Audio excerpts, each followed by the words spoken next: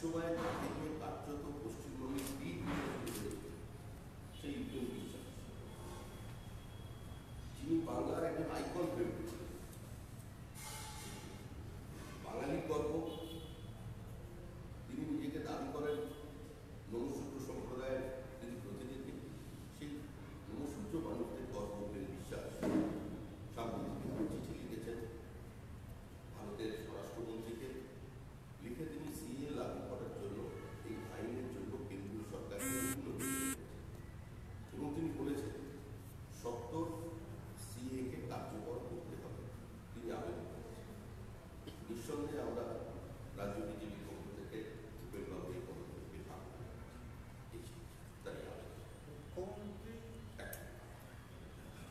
আর আমাদের বক্তব্য এটাই, ইউপিএন বিশ্বাস একজন বিদগ্ধ মানুষ, তার সততা, তার নিষ্ঠা, তার সাহসিকতার পরিচয় শুধু বাংলা নয় সারা দেশের মানুষ দেখেছে। তার জনপ্রিয়তাকে কাজে লাগিয়ে তৃণমূল কংগ্রেস তাকে প্রার্থী করেছে। বহু নির্বাচনে তৃণমূল প্রার্থীকে জয়ী করাবার জন্য তিনি উত্তর চব্বিশ পরগনা, নদিয়ার বিস্তীর্ণ অঞ্চলে কাজ করেছেন, উত্তরবঙ্গে কাজ করেছেন। আজকে অন্তত তিনি বুঝতে পেরেছেন যে সিএটা ছিল না, ওটা গুরুত্বই ছিল। এর জন্য আমরা তার কাছে আন্তরিক কৃতজ্ঞ যে তিনি তাকে তার এই অবস্থান থেকে তিনি অন্তত এই সরকারের পদক্ষেপকে স্বাগত জানিয়েছেন। আমরাও আশাবাদী সিএ কার্যকর। চতুর্থ, গতকাল সুপ্রিম কোর্টের যে অবজারভেশন এসেছে কোনো রায় বলল, তাতে রাজ্য সরকারকে একটি নির্দিষ্ট তারিখ দিতে বলা হয়েছে। কবে কলকাতা কর্পোরেশনের নির্বাচন রাজ্য সরকার চাইছে এবং এও শুনে বলা হয়েছে যে যদি তারা এটা না জানা তাহলে প্রয়োজনে তারা আদালতের পক্ষ থেকে অ্যাডমিনিস্ট্রেটিভ নিয়োগ করবে। এটা আমাদের যে দীর্ঘদিনের বক্তব্য ছিল সেটা কোর্টে প্রমাণিত হল যে মেয়র সহ পশ্চিমবঙ্গের সমস্ত মিউনিসিপ্যালিটি যে অ্যাডমিনিস্ট্রেটর নিয়োগ হয়েছিল কার্যকর্তা আইন বিরোধী। এটা সম্পূর্ণ প্রশাসনের রাজনীতি হল।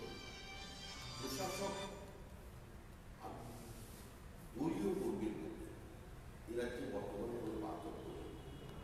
দল, সরকার, পুলিশ, প্রশাসন এখানে মিলেমিশে একাকার হয়ে আছে।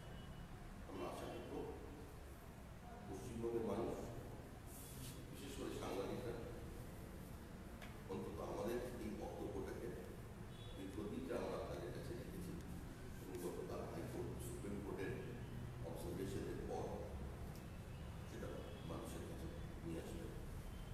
পঞ্চম, আগামীকাল আমাদের সর্বভারতীয় সভাপতি জগৎ প্রকাশ নাড্ডা কলকাতায় আসছেন। দুপুর 12টা থেকে 12:15 পর্যন্ত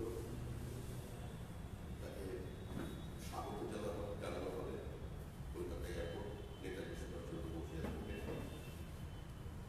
দুপুর 1টা থেকে 1:15 পর্যন্ত তিনি পশ্চিমবঙ্গ বিজেপির নির্বাচনী কার্যালয়ে উদ্ঘাটন করবেন।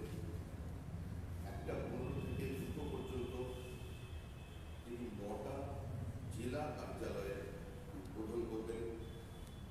দুপুর 3টে থেকে 4টে পর্যন্ত ভবানীপুরের ইলিশ মুখার্জি রোডে আমাদের যে অন্যায় অভিযান চলছে সেখানে জনসম্পর্ক যাবে।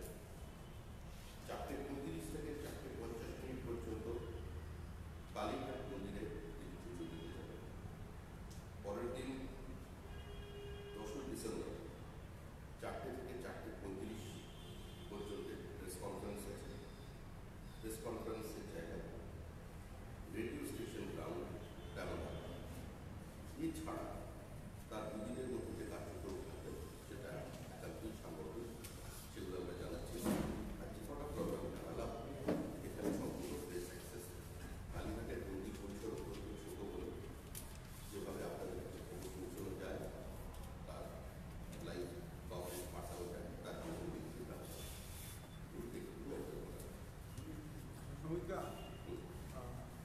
উত্তরবঙ্গের গুলি চালনার প্রসঙ্গে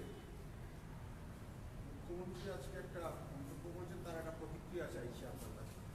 মুখ্যমন্ত্রী বলেছেন যে ছড়রা গুলি যেটা চলেছে সেটা পুলিশের কাছে থাকে না, পুলিশ এই গুলি চালাতে পারে না। 2 নম্বর হচ্ছে যে এই গুলি এটা বিজেপি করেছে, আসলে ওরা লাশের রাজনীতি করছে। কি বলবো, আমাদের 128 জন কর্মী গতকাল থেকে পঞ্চায়েত নির্বাচন চলাকালীন তৃণমূল কংগ্রেসের 41 জন তৃণমূল কংগ্রেসের কর্মী খুন হয়েছে। সেই 41 জন তৃণমূল কংগ্রেসের কর্মী খুন হচ্ছিলেন, তার মধ্যে 38 জনের পরিবার অভিযোগের আঙুল তুলেছিলেন সরাসরি শাসক দলের দিকে, অন্য গোষ্ঠীর দিকে। বাংলার রাজনীতি সচেতন মানুষ জানেন সন্ত্রাস এখানে কারা কায়েম করছে, সিপিআইএম ফিরে আসে যুগের মধ্যে কারা ভাগ হয়েছে।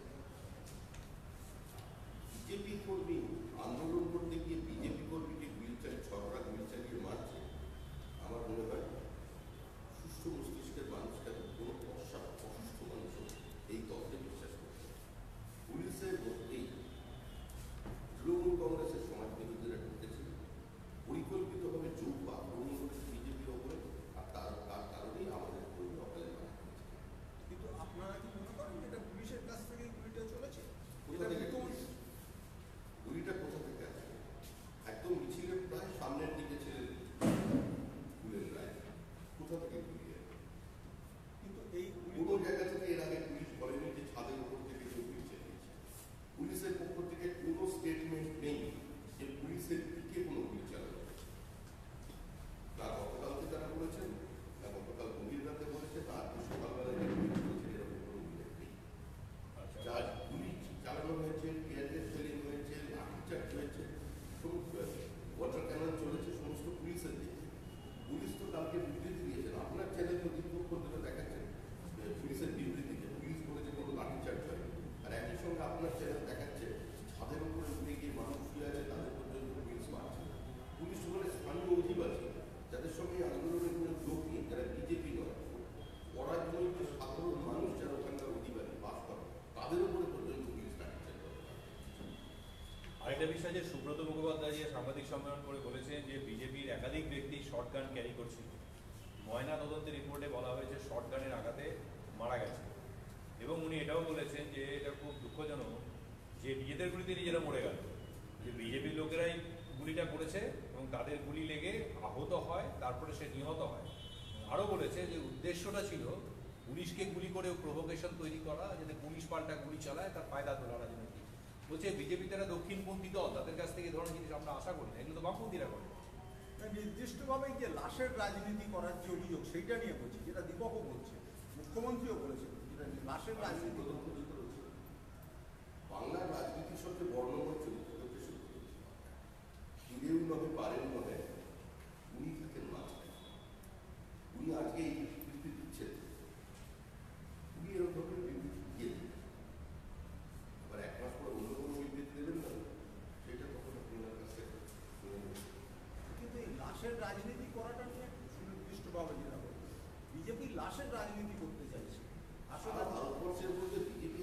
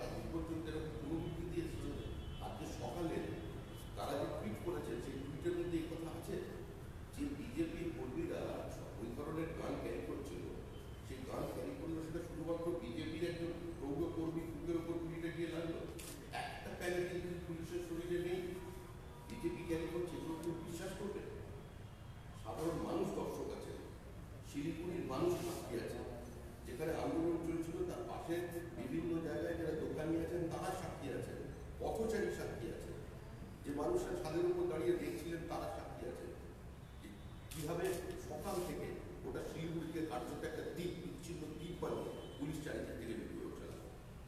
সুব্রত মুখার্জির আর একটা বক্তব্য আছে, সেটা হচ্ছে যে বিজেপি ক্ষমতার জন্য এখন এত বেপরোয়া হয়ে উঠেছে, ওদের টাটকা লাশ চায়। এমন পরিস্থিতি দাঁড়িয়ে গেছে দিল্লির ক্ষমতার থেকেও যেন বাংলার ক্ষমতাটা ওদের কাছে অনেক বেশি আকর্ষণীয়। এটার জন্য মরিয়া হয়ে গেছে বাংলার ক্ষমতা পাওয়ার জন্য। নির্বাচনটা তো হচ্ছে বাংলায়, 2021 তো পশ্চিমবঙ্গের নির্বাচন, দেশের নির্বাচনও নেই। যতদূর জানি চীনেও মনে হয় ধরনের কোনো নির্বাচন হচ্ছে না। সুব্রত মুখার্জি এরকম বলেন, আবার সুব্রত মুখার্জি এরকম বলা থেকে আমি বললাম বর্ণময় চরিত্র, সেখান থেকে সরে যাওয়া বললো। আমি বলছি মাঝখানে অপেক্ষা করুন না, দেখুন না সুব্রত মুখার্জির বিবৃতি কতটা পরিবর্তন হয়েছে, আসতে পারে। আজকে যে আরেকটা জিনিস জিজ্ঞেস করি সেটা হচ্ছে যে একদিনের ধর্মঘট, একদিনের বন্ধ, এইটা কে সমর্থন তো করেইছেন মুখ্যমন্ত্রী, এবং তার যে কেন সমর্থন করেছেন তার ব্যাখ্যায় বলেছেন যে কৃষি, আমি সাধারণত ধর্মঘট বা বন্ধকে সমর্থন করি না, কিন্তু এক্ষেত্রে আমি একদিনের জন্য বন্ধকে সমর্থন করছি এই জন্যে যে কৃষি বিল নিয়ে নরেন্দ্র মোদীর সরকার গোটা দেশে যে ভয়ঙ্কর কাণ্ড করেছে তার জন্যেই এই বন্ধকে আমি একদিনের জন্য হলেও সেটাকে সমর্থন করছি। এই যে অবস্থা বা যে অবস্থা সেটাকে কীভাবে দেখছে? দুটো দিক আছে। গতকাল ঘটনাটি শিলিগুড়ির ঘটনাকে কেন্দ্র করে আমরা 12 ঘন্টা বন্ধের ডাক দিয়েছিলাম, সকাল 6টা থেকে সন্ধ্যা 6টা। সারা উত্তরবঙ্গ জুড়ে, বিশেষ করে শিলিগুড়িতে আজকেও পুলিশ ব্যাপক আক্রমণ চালিয়েছে বিজেপি কর্মীদের। আমরা কোনো অবস্থাতে এই সরকারের কোনো মানবিক মুখ দেখতে পাচ্ছি।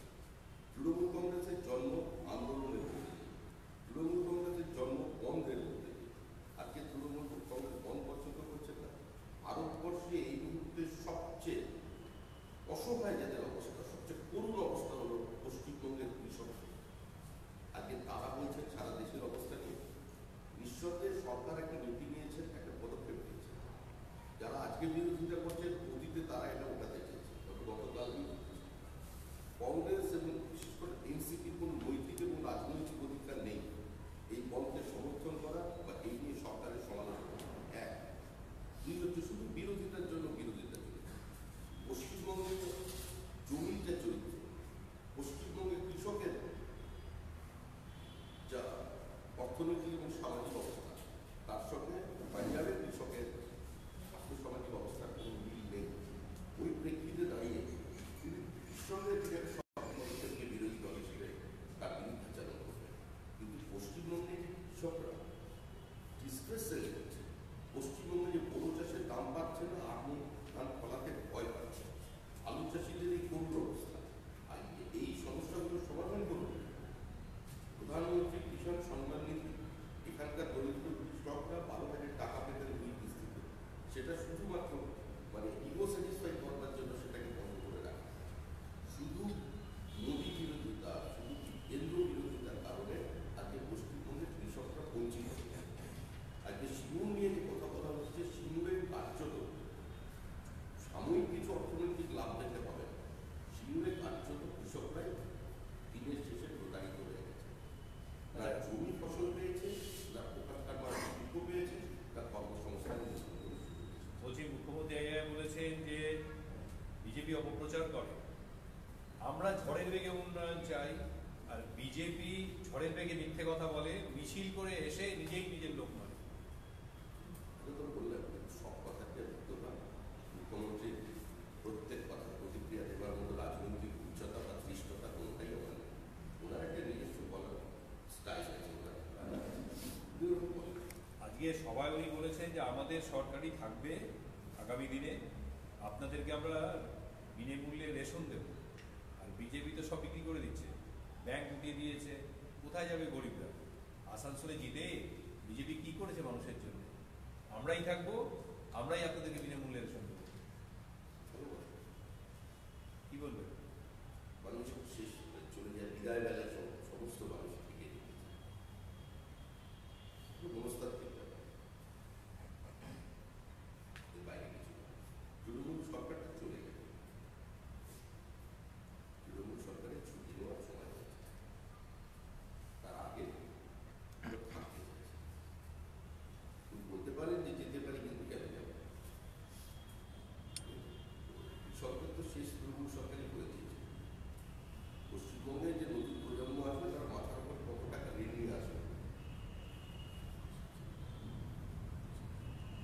লাস্ট একটা বাইট আছে আমার।